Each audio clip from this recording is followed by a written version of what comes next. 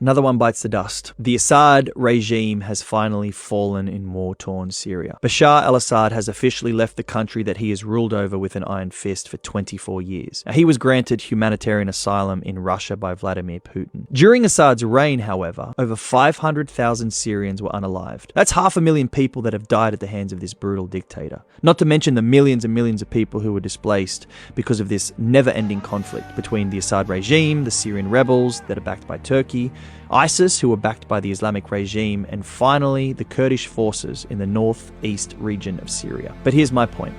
Assad unalived thousands and thousands of Syrians in Syria with the help of Hezbollah and the Islamic regime from Iran.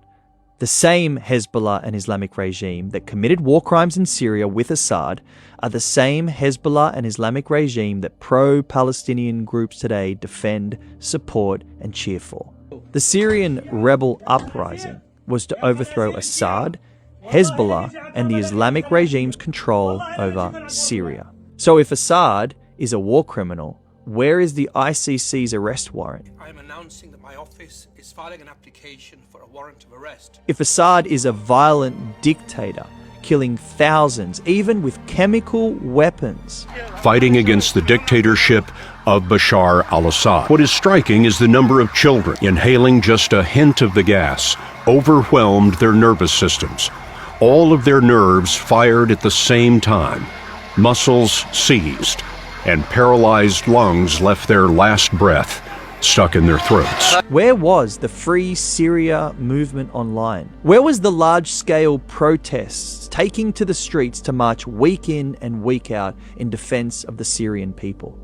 Where was the call to action against Bashar al-Assad, Hezbollah, and the Islamic regime? 500,000 Syrians are unalived, and you're telling me that doesn't warrant a single US college campus to create an encampment to raise awareness for the needs of Syrian women and children? Now, are you telling me that Palestinian lives are much more important than the millions of Syrians who have suffered under Bashar al-Assad? Or are you telling me that Arab-on-Arab violence is something that doesn't require my attention? Syria is proof of one thing. The popularity of the Palestinian movement isn't about a large number of people suffering in the Middle East, but rather a justifiable excuse to hate the Jew and vilify Israel for being the one and only Jewish state in a Muslim Middle East. That's the hypocrisy that's unfolding before our very eyes today. So here's a couple of my takeaways from what's happening in Syria. All dictators and dictatorships have an expiration date. Assad's time was up. And the Islamic regime in Iran, God willing, you will be next. Now, hypothetically,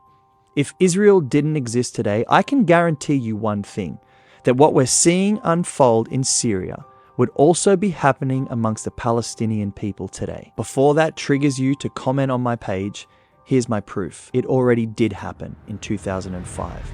This is what the Palestinians don't want you to remember. The Gazan civil war from 2005 to 2007. It was a violent conflict between two major Palestinian factions, Fatah and Hamas, following the withdrawal of Israeli forces and the Jews who also lived in the Gaza Strip. Israel gave the Palestinians Gaza in a hope that it would forge further peace. It led to a wave of violence and bloodshed being spilt on the streets of Gaza, countless assassinations, and the execution of political opponents publicly. By 2007, Hamas emerged victorious, and it has maintained its power with force, fear, and cruelty ever since. That's identical to the tactics implemented by Bashar al-Assad. If people right now are claiming Syria is finally free from Assad, why are they not calling for Gazans to finally be set free from Hamas?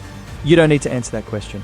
We all know it's not about the freedom of the Palestinian people, and it's all about your deep hatred of the Jewish people finally returning to their ancestral homeland.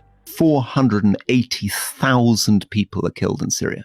12 million people are displaced. I mean, this is on a level far above Sudan or what's happening in Gaza and Lebanon at the moment.